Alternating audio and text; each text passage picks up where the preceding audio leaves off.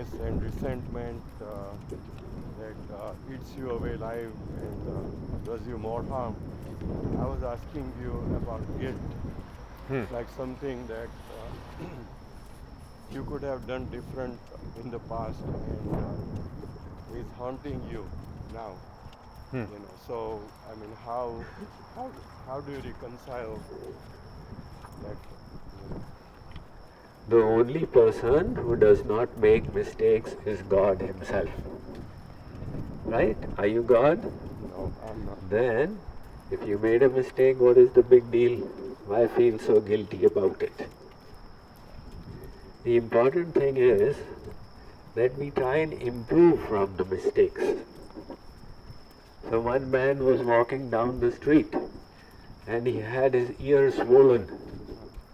And I asked him, that, what happened to you? Why is your ear swollen? So he said, Swamiji, I was ironing my shirt when the phone rang. And by mistake I did the iron. So I asked him, then how come the second ear is swollen? He said, that stupid fellow rang a second time. So he should have learned after the first mistake, right? So the important thing is to learn. Now it is good to feel regret about our mistakes. But those regrets should help us and not pull us down.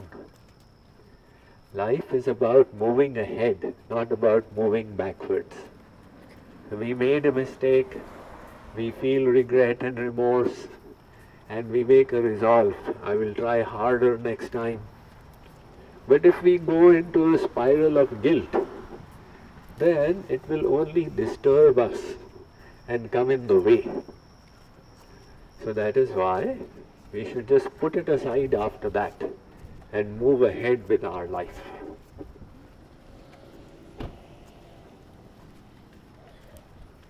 We're sharing about placebo effect on medicine, right?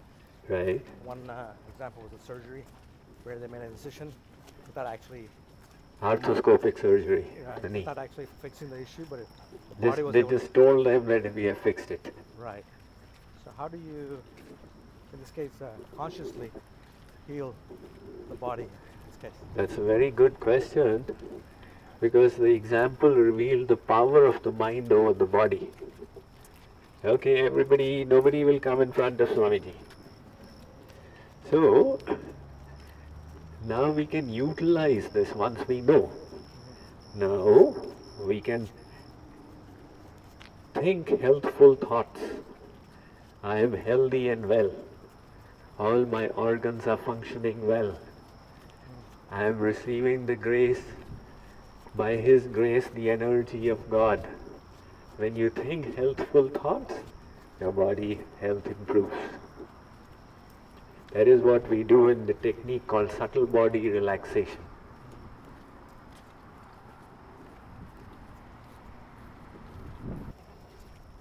Radha Swamiji. Radhe Radhe. Yeah. Ishavasya Upanishads, it says, Isavasyamiram Sarvam, and the God is there everywhere. There is no place where the God is not. Right. At the same time, when I come to Bhagavad Gita, Ah. the Krishna says, when the body dies, Ah. the Atma goes out of the body, and that means there is no soul or Atma inside the body. I confuses, the Isavasya says where there is no place where there is no soul, and here it says in dead body there is no soul. So There is when there is a Okay, so I understand your question. This confusion is arising because you are thinking the soul itself is Brahman. The soul is, if you accept the Bhagavad Gita, Sri Krishna says, Mamaiva ansho jiva loke. Arjun, the souls are my ansh, they are not me. Okay?